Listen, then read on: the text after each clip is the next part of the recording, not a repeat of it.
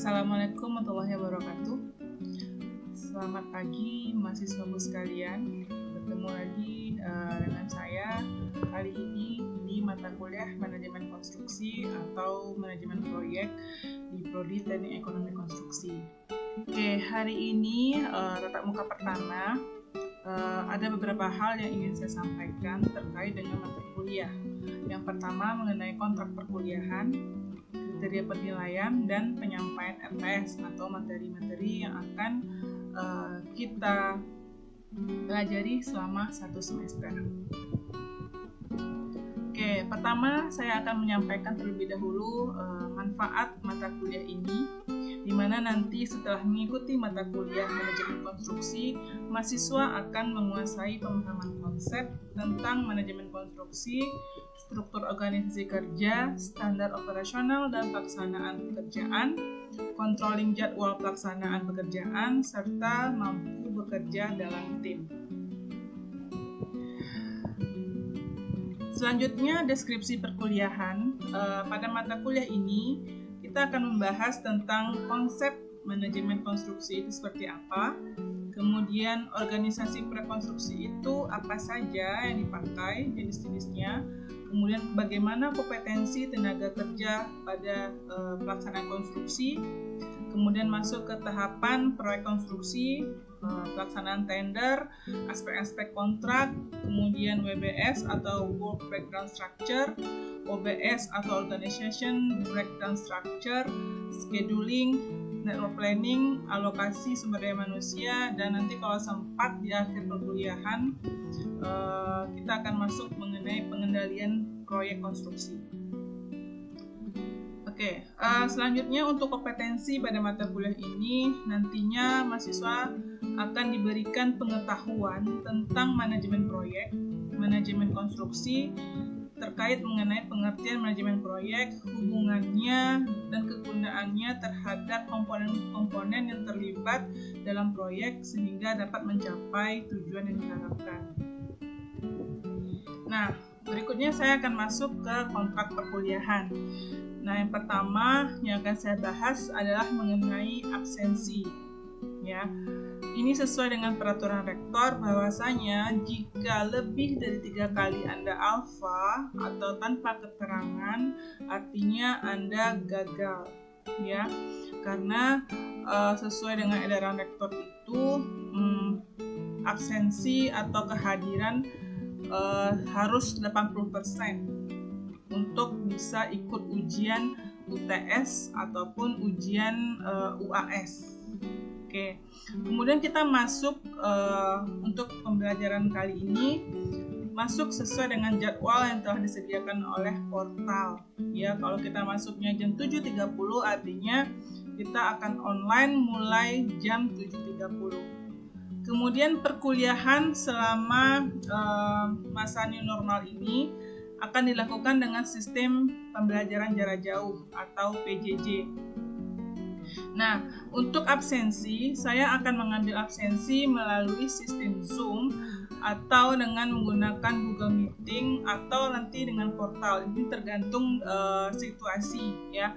Nanti akan saya sampaikan sebelum perkuliahan dimulai, akan saya sampaikan melalui WA Group. Makanya tadi atau kemarin ya saya minta mahasiswa membuat WA Group per kelas masing-masing. Nah, nanti informasi mengenai perkuliahan, mengenai materi ataupun mengenai tugas akan saya sampaikan selain di WA Group, saya juga akan sampaikan nanti di Google Classroom.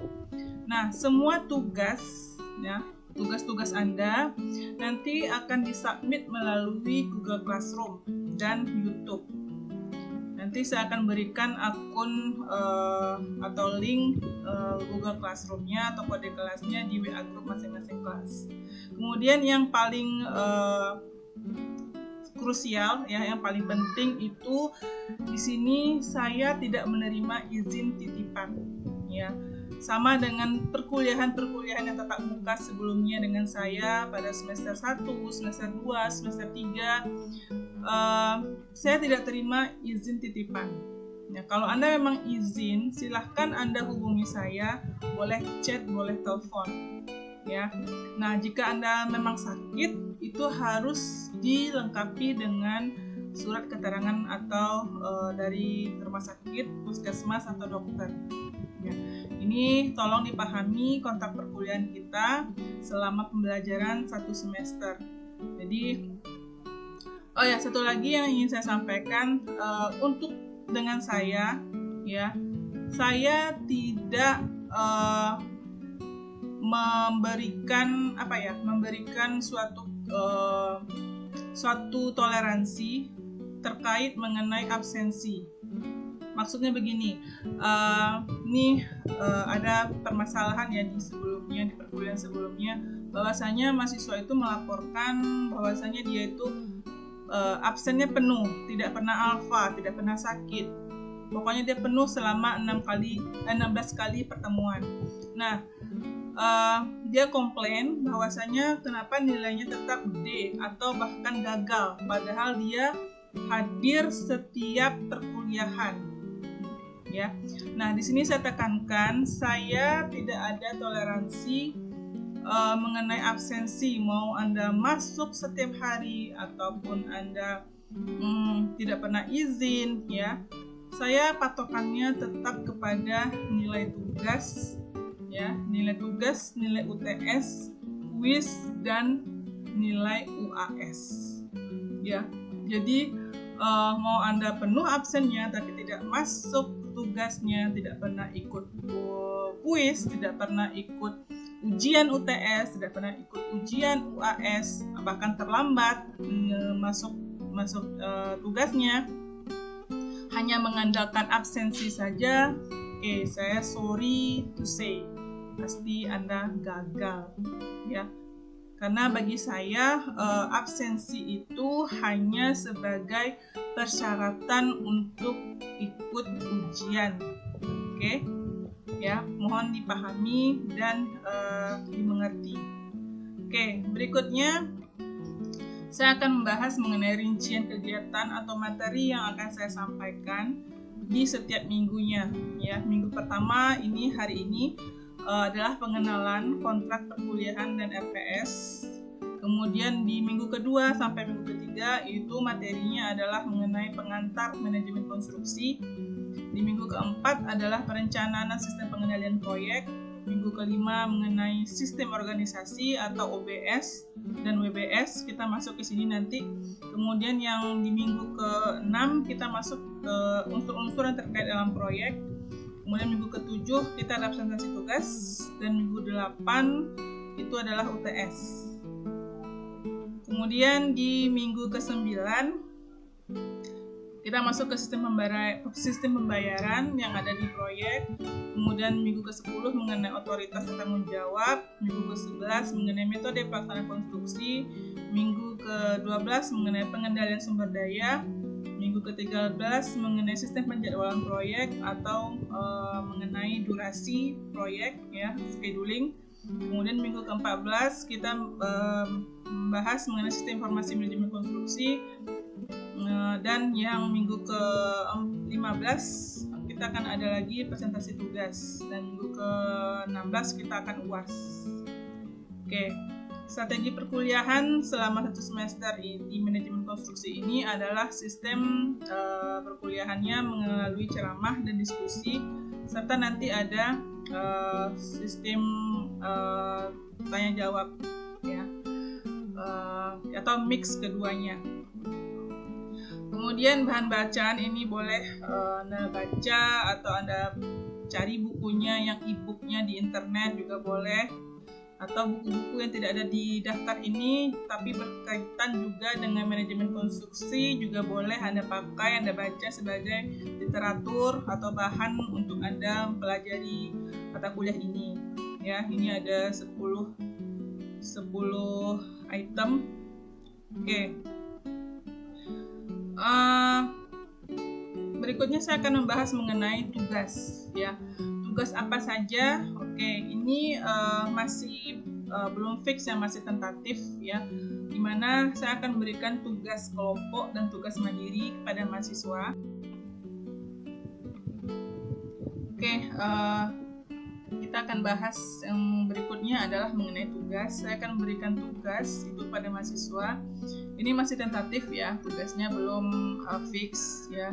Ada tugas kelompok dan tugas mandiri. Tugas kelompoknya nanti adalah berupa simulasi pelelangan ya. Itu akan saya berikan sebelum ujian tengah semester atau UTS. Kemudian tugas kelompok yang kedua adalah membuat simulasi mengenai scheduling atau penjadwalan proyek. Itu akan dilakukan setelah MIT atau sebelum UAS nantinya. Semua tugas itu nanti rencananya akan saya minta kepada mahasiswa dalam bentuk video. Kemudian mahasiswa setiap minggunya akan diberikan tugas mandiri ya. Nanti akan saya sampaikan via WA group. Kemudian mahasiswa juga diberikan tugas-tugas tertentu terkait dengan perkuliahan. Itu masih sifatnya tentatif ya, tergantung situasi nanti bagaimananya. Kemudian nah ini yang penting ya, kriteria penilaian.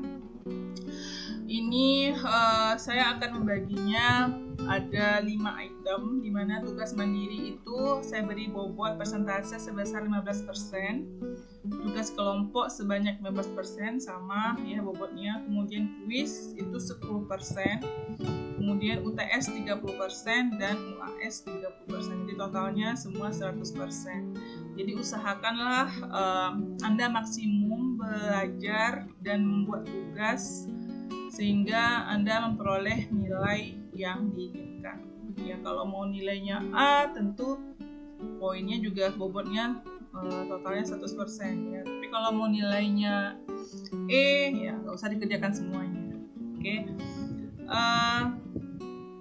Kemudian saya masuk mengenai jadwal perkuliahan. Sudah disampaikan tadi bahwasanya jadwalnya sesuai dengan jadwal di portal, di mana kelas B dan kelas A itu di hari Senin dan kelas hari Jumatnya untuk C dan D. Dan terakhir saya akan bahas mengenai konsekuensi, di mana saya tidak mentolerir segala bentuk kecurangan, tapi tetap boleh cross check. Nah, cross checknya ini saya mintanya sebelum nilai keluar di portal. Jangan sampai setelah nilai keluar di portal sudah divalidasi atau sudah difinalisasi, Anda baru cross check atau komplain ke saya. Nah, sebaiknya sebelum nilai saya masukin atau saya input di portal, Anda boleh WA saya atau chat saya, kira-kira bayangan nilai saya seperti apa, itu boleh pribadi ya, Jepri. Oke, mungkin sekian penyampaian saya melalui video ini di tatap muka pertama ini. Minggu depan kita sudah mulai masuk ke materi pertama ya, materi kedua mengenai konsep manajemen konstruksi. Saya harap Anda sudah memiliki bahan atau materi bacaan terkait dengan materi tersebut. Oke, kalau ada pertanyaan ataupun yang tidak disukai mengenai kontrak perkuliahan yang saya sampaikan tadi, boleh Anda komentar nanti di kolom komentar di Google Classroom ataupun di WA Group. Oke, terima kasih atas perhatiannya. Assalamualaikum warahmatullahi wabarakatuh.